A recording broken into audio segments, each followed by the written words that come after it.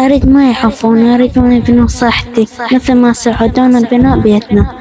يريدون ذمي وصديقاتي. حياكم الله أهلنا وناسنا في محافظة بابل حمزة الغربي بمناشدة إنسانية من منطقة مشيمش. مثل ما تشوفون هاي الطفلة، هاي الإنسانة البريئة تعاني من الفشل الكلوي. قبل 7 سنوات توفت أختها أيضا بفشل كلوي، وحاليا هي تعاني من نفس المرض وفشل 80%. وهاي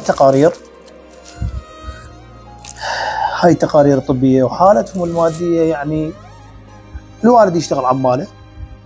وراح نشوف الوالد. حياكم الله. والله استاذ انا اشتغل عماله خوش.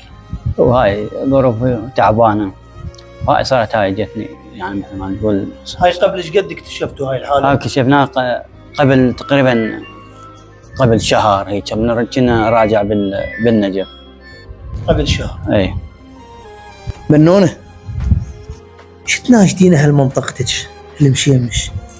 أريد ما يحفون، يريدون يبنون صحتي مثل ما ساعدونا ببناء بيتنا. يريدون ذمي وصديقاتي.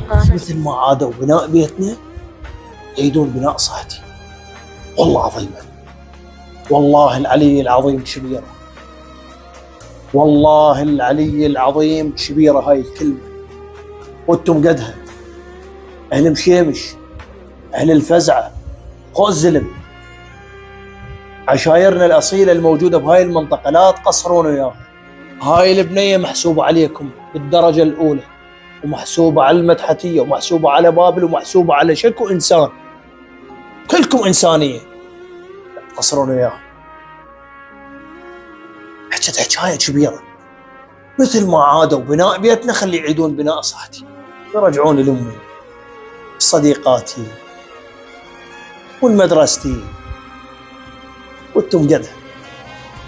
راح اترك لكم الارقام اللي يشوف الفيديو من شتى محافظات البلاد، راح اترك لكم الارقام ان شاء الله، ارقام المساعده وارقام ذويها اسفل الفيديو، وانتم بكم كل الخير والزود. ما راح تفشلون والله العلي العظيم. وراح ارجع ان شاء الله وبالقريب، وراح ارجع واصور الطفله وهي واقفه على حيلها ان شاء الله، وحاضنه والدها تضحك ما تبكي. تفضل الله وفضلكم. اخوكم احمد الموسوي.